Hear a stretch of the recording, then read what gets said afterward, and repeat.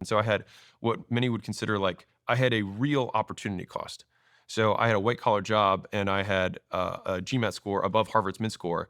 And so I had a really clear path of what my life could look like in the next 20, 30 years. And it was fairly well defined. But when I saw the people who were 20 years ahead of me, I really didn't want their life.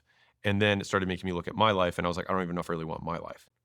And so like the first big kind of like what it felt like a death decision was I was a consultant, 22-ish years old. I had a paid for, condo that I bought overlooking the city.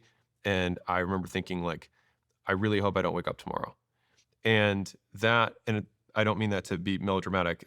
I just for a period of time, I just always just like hoped every night. I was like, I just really hope I don't wake up tomorrow. Like, I just don't want to do this. And what was difficult about that was that at that time was when my father was most proud of me because I was doing everything that was according to plan. He could talk about like his son who graduated in 3 years from Vanderbilt, had the good job, like everything was we're following the plan.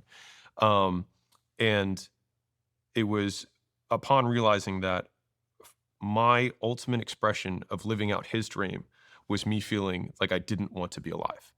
And so in and it took me time to get to that point to even articulate that because obviously you never want to kind of like admit failure of like I have really messed something up here. Um, but I was living my life to win someone else's game. And when I realized that one of our dreams had to die, either his or mine. And when I realized that his dream must die in order for mine to live, was a statement that I kind of crystallized when I was at that point in my life. Like I had to keep repeating that, like his dream has to die in order for mine to live.